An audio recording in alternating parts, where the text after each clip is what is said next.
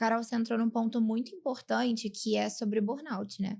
As pessoas às vezes estão passando por isso e elas não sabem que estão passando. Exato. Você pode contar um pouquinho, como a gente está falando muito de alta performance aqui, né? Você pode contar um pouquinho pra gente como você se enxergou nessa condição? Com certeza.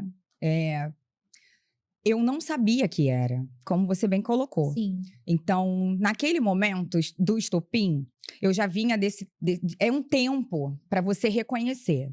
Então, eu sempre chegava em casa muito estressada, muito irritada, distribuindo patada para todas as pessoas e achava que todo mundo tinha que me entender porque eu estava trabalhando muito. Na sequência, eu sempre ia pro plantão com uma angústia, era uma aflição, era um desespero. Quando eu começava a arrumar a minha bolsa para ir pro plantão, eu já ficava agoniada. Era uma vontade de sair correndo para qualquer lugar do mundo, menos para lá. Só que eu precisava pagar a conta. E o caminho até chegar, na época eu morava no Engenho da Rainha, para quem é do Rio de Janeiro vai saber, não é um bairro charmoso. Olha, foi o que me moldou, né? Mas não é o bairro que a gente vê divulgando para turistas. Exceto fora algumas situações de crime. Mas quando eu me deslocava e eu atravessava a linha amarela para vir para Barra para trabalhar, eu fazia todo esse caminho chorando. E aí eu vinha ouvindo música, porque era meu momento de introspecção, em pé no ônibus, e engarrafamento, eu chorava absolutamente. Eu achava que era porque eu tinha perdido um paciente, ou porque eu tinha brigado com alguma pessoa, estava passando por alguma questão pessoal. Eu nunca justificava que era simplesmente um desespero e um desgaste físico e emocional de estar entrando ali. Fora as relações dentro do ambiente de trabalho, que todos os enfermeiros sabem como funciona. Então, eu sempre justificava, sabe, doutora Marcela? Ou era porque eu tinha perdido alguém, né, que eu acompanhava o pós-operatório de cirurgia cardíaca. Então, eu acompanhava o intra, um pouco do trans e o pós. E aí, eu pensava assim, eu me apeguei àquele paciente, ou algum acompanhante, ou alguém da equipe que não tinha conseguido absorver alguma forma de liderar ou de delegar. Enfim, eu sempre justificava e voltava do plantão chorando também. Então, eu sempre chegava em casa ou estressada ou chorando. E até que teve um dia que eu cheguei, um grupo de amigos me esperando lá no meu bairro, e tava todo mundo tomando ali, né, um momento de refrescância. E quando eu olhei para uma amiga, todo mundo assim sentado, eu abracei ela e comecei a chorar, alucinadamente, porque eu tinha tido um problema no meu plantão.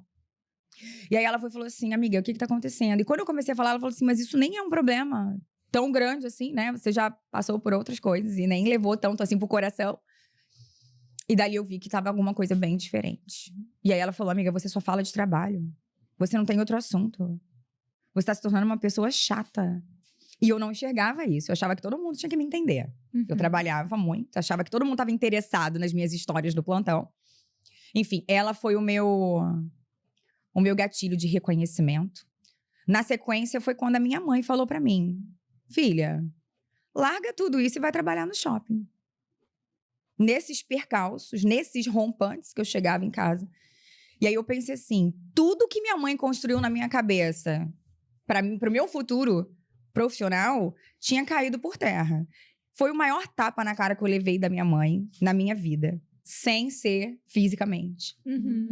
Porque ela dizia que eu tinha que estudar muito, passar para uma grande empresa e que dali eu seria feliz, realizada, próspera, porque eu iria galgar uma carreira de sucesso. E não foi o que aconteceu. E quando ela fala, larga tudo e vai pro shopping, não desmerecendo os profissionais que trabalham no shopping, mas é porque, pra mim, ela tinha dito que eu tinha que estudar muito. E ali foi o meu segundo alerta de que estava tudo errado. E na sequência foi o meu noivo, na época, hoje meu marido. Ele falou assim, você não é mais a mulher que eu conheci. E ali foi o meu terceiro sinal de alerta. Ali foi quando eu fui pedir ajuda. Legal. Eu tô aqui pensando porque foi o que eu falei no início, porque a gente às vezes está passando por isso e não entende.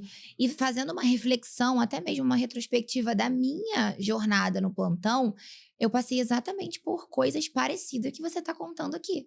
Mas eu nunca fui diagnosticada. Então, eu sentia essa angústia para trabalhar. Quando o meu plantão, a minha escala caía final de semana, para mim era o fim. Eu já começava a ter crise de ansiedade, eu já começava a chorar. Eu era essa pessoa que chegava sempre cansada, introspectiva.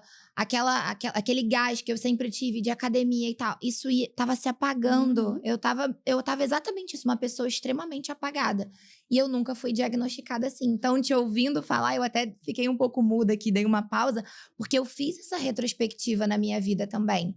E assim, são detalhes, né, que a gente deixa passar. Que a gente acha que é normal. Que é normal. A gente acha que passar por isso é muito normal. Esse é um sinal de alerta que é a despersonalização. A gente literalmente se perde para trabalhar. Então, hoje nada paga. A gente tá falando muito de qualidade de tempo e qualidade de vida aqui. Isso é o que o empreendedorismo me coloca hoje, para todas nós, né? Mas a despersonalização é quando você literalmente não enxerga mais quem é você e você literalmente vive pro trabalho. Então, você tá toda a tua vida é moldada para o trabalho. Até as suas folgas são moldadas para o trabalho. É extra, é dinheiro. Você começa a pensar em várias outras coisas, menos você estar com a sua família, menos você ter tempo de qualidade. Então, isso proporciona... O empreendedorismo proporciona muito isso pra gente, né? Exato. É incrível.